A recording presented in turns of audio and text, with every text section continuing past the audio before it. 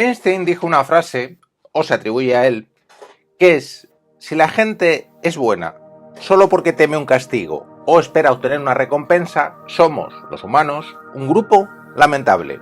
Por muchas vueltas que le quieran dar a veces los filósofos religiosos o los teólogos, yo creo que esa es la moral que se encuentra detrás de la tradición religiosa, ya que el comportamiento supuestamente correcto, esa es otra también, decidir qué es lo supuestamente correcto. Bueno, pues ese comportamiento se realiza solo para obtener beneficios de la deidad de turno. Por lo tanto, yo creo que no habría moralidad real, ya que se trata de una especie de comportamiento conductista con una vigilancia sobrenatural permanente, una vigilancia sobrenatural, bueno, pues ficticia desde mi punto de vista, y o terrenal, bien a nivel interno, en la cabeza del mismo creyente, o bien a nivel externo, mediante alguna suerte de clase mediadora. Si profundizamos algo en el asunto, la cosa resulta bastante descabellada, ya que si necesitas la vigilancia de Dios para ser bueno, pues es prácticamente lo mismo decir que eres una mala persona. Todo esto tiene mucho que ver con esos factores ficticios propios de la tradición religiosa que aluden a la condición pecaminosa, al sentimiento de culpa. Desgraciadamente, gracias a la explotación de esos factores, es posible que muchas personas crean verdaderamente que si actúan correctamente es gracias a la religión. Muy conocida también es la frase de Dostoyevsky en Los hermanos Karamazov: si Dios no existe, todo está permitido, que según él, muy pesimista y reduccionista acerca de la condición humana, haría la vida imposible. Sin embargo, ¿puede afirmarse que sin ninguna clase de vigilancia nos lanzaríamos todos a destruir la convivencia? No me limito ya a hablar de una vigilancia sobrenatural, la religión, también a una regulación política, el Estado. Es más, los sesudos defensores del Estado ponen los ejemplos en los que las personas se lanzan al saqueo cuando se debilita la vigilancia gubernamental. Tal vez, como afirma irónicamente Richard Dawkins, no hay que decir que la gente necesite religión para ser buenos. En realidad, lo que necesitan son policías. Por supuesto, nos encontramos de nuevo ante una visión excesivamente simple. En primer lugar, no todas las personas se lanzan al robo y al saqueo y a la destrucción en según qué contextos. Después habría que observar cuáles son todos los factores influyentes en esas circunstancias, como son los sociales o la opresión política. Viene al caso hablar de una novela muy conocida, que es El Señor de las Moscas, de William Golding, que tengo aquí mismo, y que llevamos toda la vida escuchando, que se trata de una visión tremendamente pesimista sobre la condición humana. Recordaremos la historia, pues se trata de unos adolescentes que tras un accidente acaban en una isla desierta. Y no tardan demasiado en organizarse en grupos y acaban lanzándose a la guerra.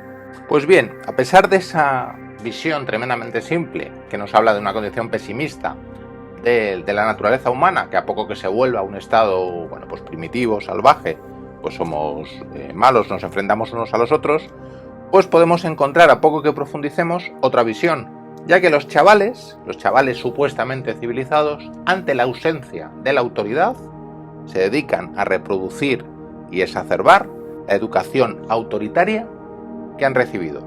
Un aspecto que no se recuerda demasiado en la historia es que los chavales pertenecen a una escuela militar. No podemos considerar simplemente que la gente es malvada, generalizando además, cuando no hay una vigilancia externa, simplemente porque resulta una visión, lo repetiremos, excesivamente simplista. En cualquier caso, volviendo al tema de la religión, son fácilmente desmontables sus postulados tradicionales. Habría que observar las estadísticas al respecto con detenimiento, pero es fácil creer que las personas ateas poseen una moralidad más sólida, ya que alguna clase de humanismo ha sustituido el frágil y artificioso credo religioso. Puede hacerse un paralelismo con la política.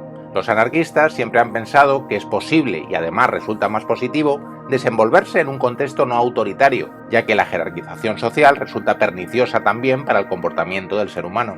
Yo creo que hay que insistir en que no existe ninguna correlación entre el comportamiento moral y la afiliación, práctica o creencia religiosa. Aquí sí parece que las estadísticas acompañan. Existen factores biológicos o sociales que explican el sentido que tenemos de lo que es bueno o malo. Y estaremos de acuerdo, yo creo que al menos una mayoría, al margen de las ideas que tengamos, que una moralidad en ausencia de vigilancia es infinitamente más sólida que aquella que se desvanece cuando desaparece el vigilante, ya sea divino o terrenal.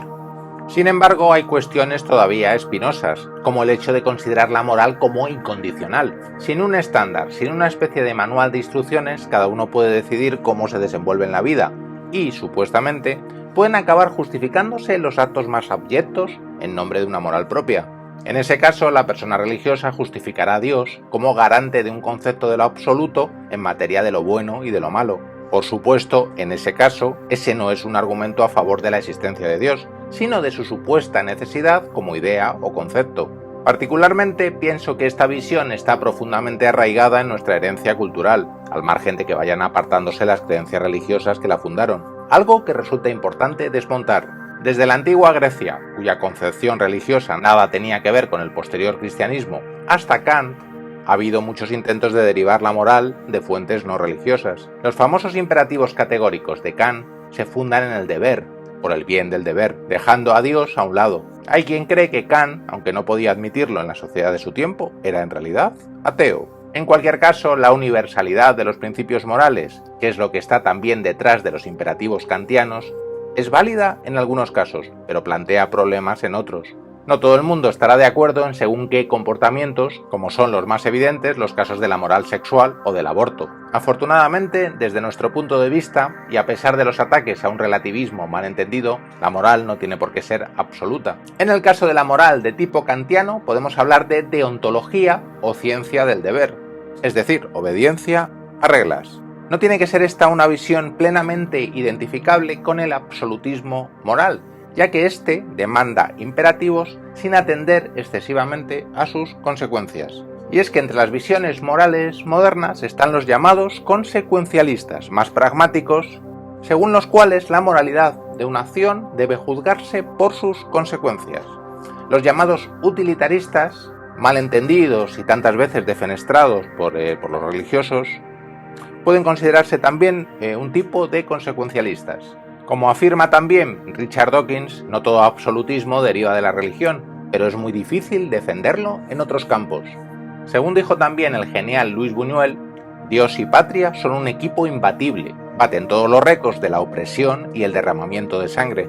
Desgraciadamente, hoy en día todavía, el patriotismo se observa como una virtud absoluta. Por supuesto, yo no matizaría tal afirmación, es que pienso que es uno de los males muy humanos del mundo. Para este caso, el del patriotismo y la guerra que lo acompaña, hay ejemplos muy jugosos.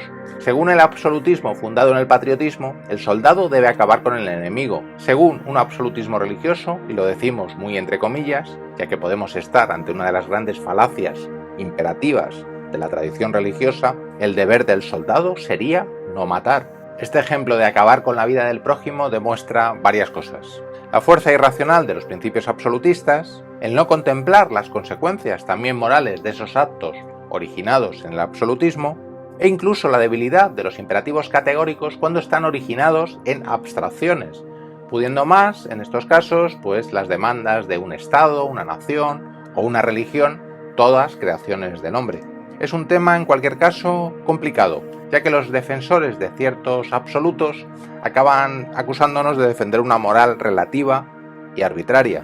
Para mí la cuestión importante es que los principios morales se defienden mejor en un plano humano, no en uno trascendente y absoluto. Y creo que la razón siempre debe intervenir en su defensa. Una razón, por supuesto, con un horizonte amplio, directamente vinculada a la moral. Hasta muy pronto.